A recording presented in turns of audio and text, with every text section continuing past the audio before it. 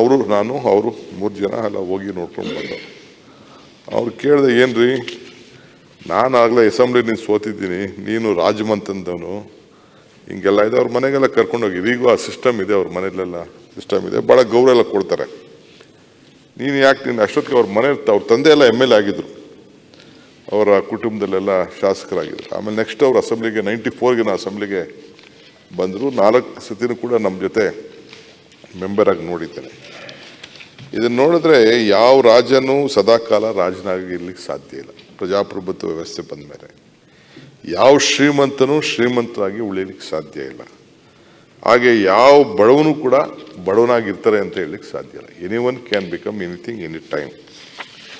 ಇವತ್ತು ನಾವು ದೇವರೇನು ನಮಗೆ ಸೃಷ್ಟಿ ಮಾಡಿಕೊಟ್ಟಿದ್ದಾನೆ ಅದು ಯಾವುದು ಶಾಶ್ವತ ಅಂತೂ ಇಲ್ಲ.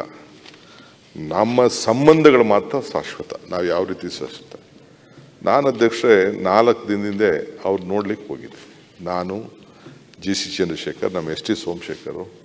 ಸುಬ್ಬಯ್ಯ ಕಿತ್ತಳೆ ಕೃಷಿ ಮಾಡಿ 100 ಗಿಡದಿಂದ 2.5 ಲಕ್ಷ ಗಳಿಸ್ತಿದ್ದಾರೆ. ನೀವು ಕೂಡ ಅವರಿಂದ ಕಲಿಬೇಕಾ? ಅವ್ರ ಜೊತೆ ವಿಡಿಯೋ ಕಾಲ್ನಲ್ಲಿ ಮಾತಾಡಬೇಕಾ? ಈಗಲೇ ಫ್ರೀಡಮ್ ಆ್ಯಪ್ ಡೌನ್ಲೋಡ್ ಮಾಡಿ. ನಮ್ಮ ಶ್ರೀನಿವಾಸ್ ಅವರು, ಪುಲಕೇಶಿ ನಗರ ಶ್ರೀನಿವಾಸು, ನೆಲಮಂಗಲ ಶ್ರೀನಿವಾಸು, GC ಎಲ್ಲ ನಾವೆಲ್ಲ ಹೋಗಿದ್ದು ಒಟ್ಟಿಗೆ ನೋಡೋಣ ಅಂತ.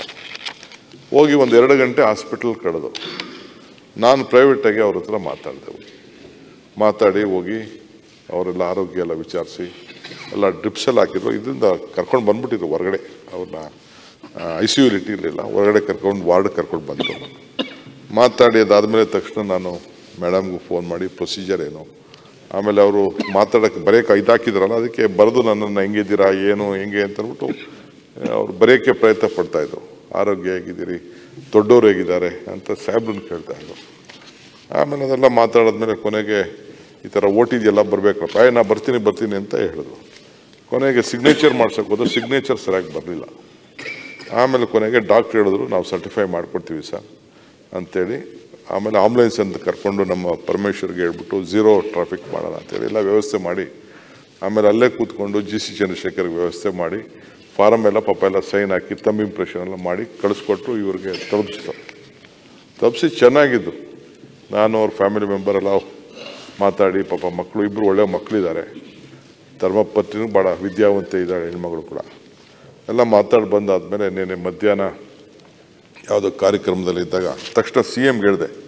CM ಅವರು ಎಲ್ಲ ಕೆಲಸ ಬಿಟ್ಟು ತಕ್ಷಣ ಎಲ್ಲ ಹೋಗ್ಬೇಕಾಯ್ತು. ಹೋಗಿ ಅವ್ರನ್ನ ಭೇಟಿ ಮಾಡಿಕೊಂಡು ಅಷ್ಟೊತ್ತಿಗೆ ಸ್ವಲ್ಪ ತಿರ್ಗಾ ಏರುಪೇರು ಆಗಿತ್ತು.